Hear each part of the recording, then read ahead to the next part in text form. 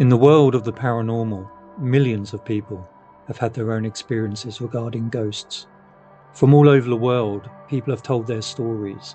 In this video, we will be sharing some of those stories. Whether you are a believer or a skeptic, these first-hand accounts might just make you question what's lurking in the shadows. So sit back, turn off the lights, and let's explore the unknown together.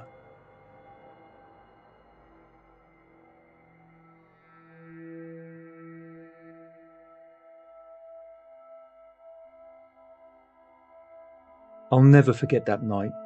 It was around this time last year, just a normal evening at school. The school had this eerie silence after dark, and I was the only one left in the building, or so I thought. I was in one of the older wings of the school, the part everyone claimed was haunted. You know how kids are, always telling stories about how they've seen things, shadows moving, lights flickering, that sort of thing. I never paid much attention to those stories, but that night, everything changed. It started around 8 p.m. I was sitting at my desk grading papers when I heard something, a faint tapping sound. At first, I thought it was the old pipes, which made noise from time to time, but this was different, like someone gently tapping their fingers on the window. I looked up, and of course, there was nothing there, just a dim glow of the streetlights outside.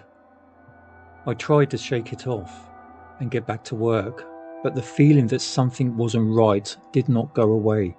Then, the tapping came again, louder this time. I stood up, heart racing, and walked over to the window. Still nothing. But as I turned back to go to my desk, I swear I saw something out of the corner of my eye. A shadow, just for a second, standing in the doorway. I froze. It was late. No one should be in the building. I told myself it was just a trick of the light, but curiosity got the better of me. I stepped into the hallway. The lights overhead flickered, which sometimes they did, but this felt different. As I walked further, the air seemed to get colder, and the tapping sound became clearer, like it was following me. Then I saw it. At the end of the hallway, just beyond the bend where the lights were dimmest, there was a figure. It looked like a woman standing there in an old-fashioned dress. She was facing away from me, her head tilted down, her long hair falling over her shoulders.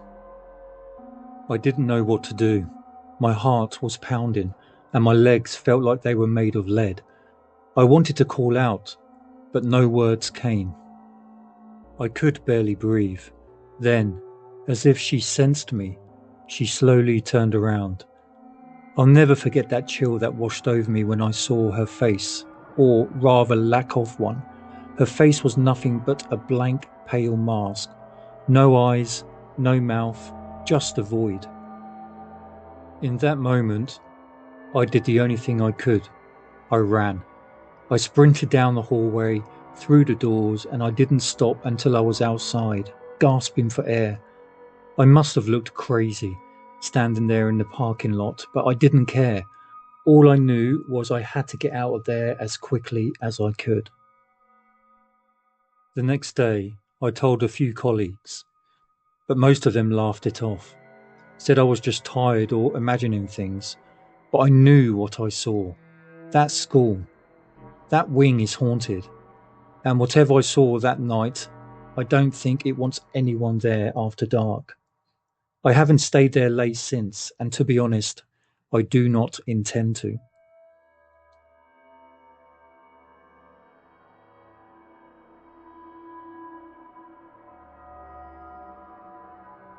I never believed in ghosts or the paranormal, and to be honest, I had no interest in the subject, but that all changed on a cold night in February 2009. At the time, I was 27. I was born and bred in a town called Luton, not too far from London and just an hour's journey by train.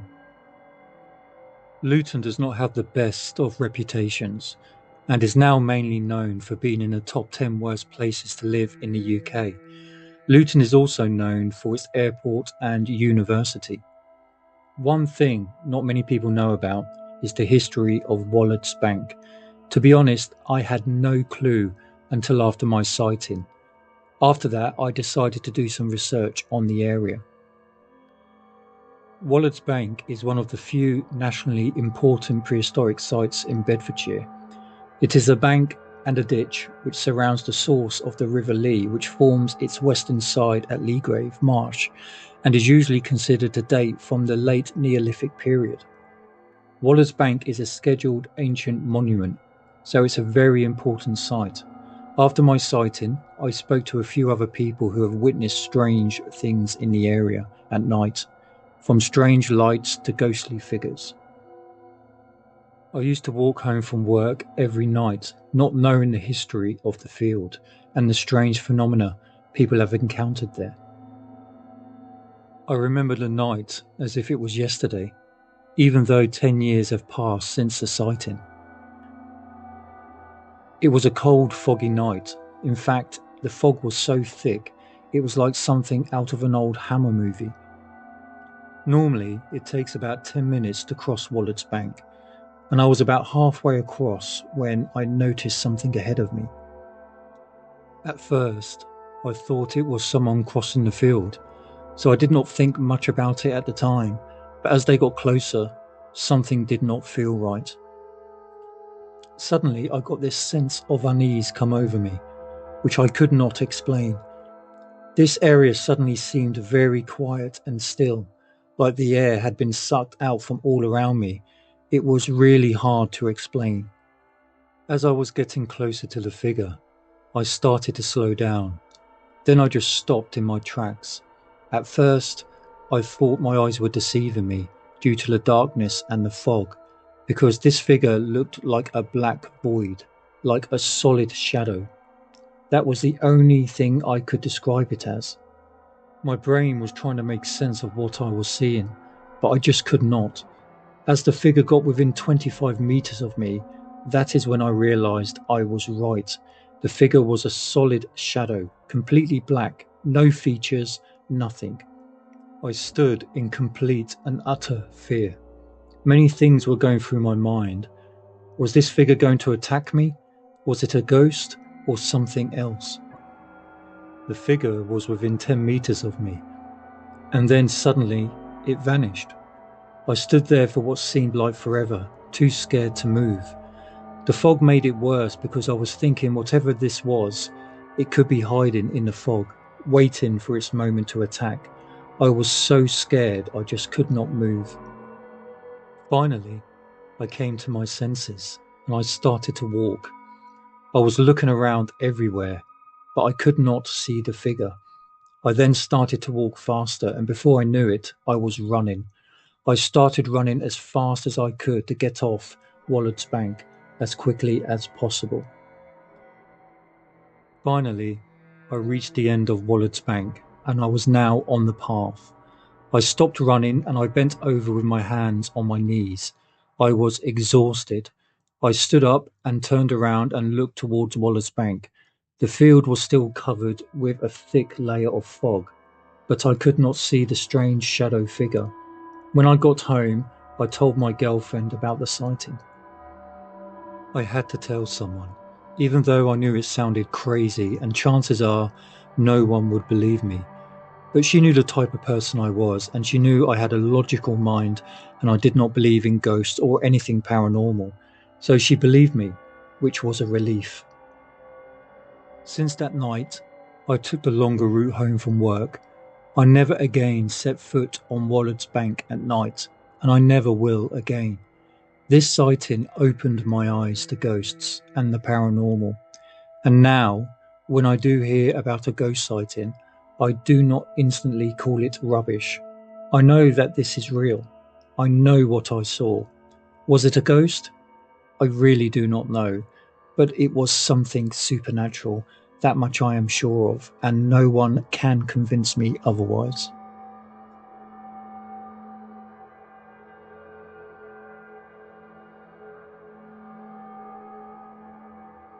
I can still see her. Every time I close my eyes, She's there, just like that day. It's been months, but I still can't shake it. It happened when I was visiting my grandparents' graves. I had just finished placing some fresh flowers when I noticed something out of the corner of my eye. It was a little girl standing in front of a headstone. She could not have been more than 6 years old, with long black hair and wearing a white dress. I looked around, thinking maybe she had wandered away from her family or something, but there was no one else in sight. I was with her alone. She did not move. She just stood there, facing the headstone. I felt uneasy, but something inside me urged me to walk over. As I got closer, I could hear her faintly humming a melody, one that I couldn't quite place but felt oddly familiar, like a nursery rhyme from years ago. I called out to her, "Hey, are you lost? Where are your parents?" She did not respond, didn't even flinch. The air around me felt heavy, like the temperature had dropped several degrees the closer I got. When I was just a few steps away, I finally got a good look at her face. That is when my heart dropped. Her skin was pale, like she hadn't seen the sun in ages, and her eyes, they were completely white. I froze. I wanted to run, but I just couldn't. My feet were glued to the ground. Then, without any warning, she turned her head slowly toward me and whispered something. Her voice was soft, barely audible, but I'll never forget what she said. "Why won't you help me?" Before I could react, she was gone. Just like that. 1 second she was there, and the next, the space was empty. No sound, no trace of her. I stood there for what felt like an eternity, staring at the spot where she'd been. When I finally pulled myself together, I ran out of that graveyard, heart pounding, lungs burning. I never looked back. I have asked around since then, trying to find out if anyone else has seen her. Some people talk about a little girl who's been spotted wandering the cemetery for decades. No one knows who she is or why she's there. I have been back, but not alone. I will never again go back to that cemetery alone.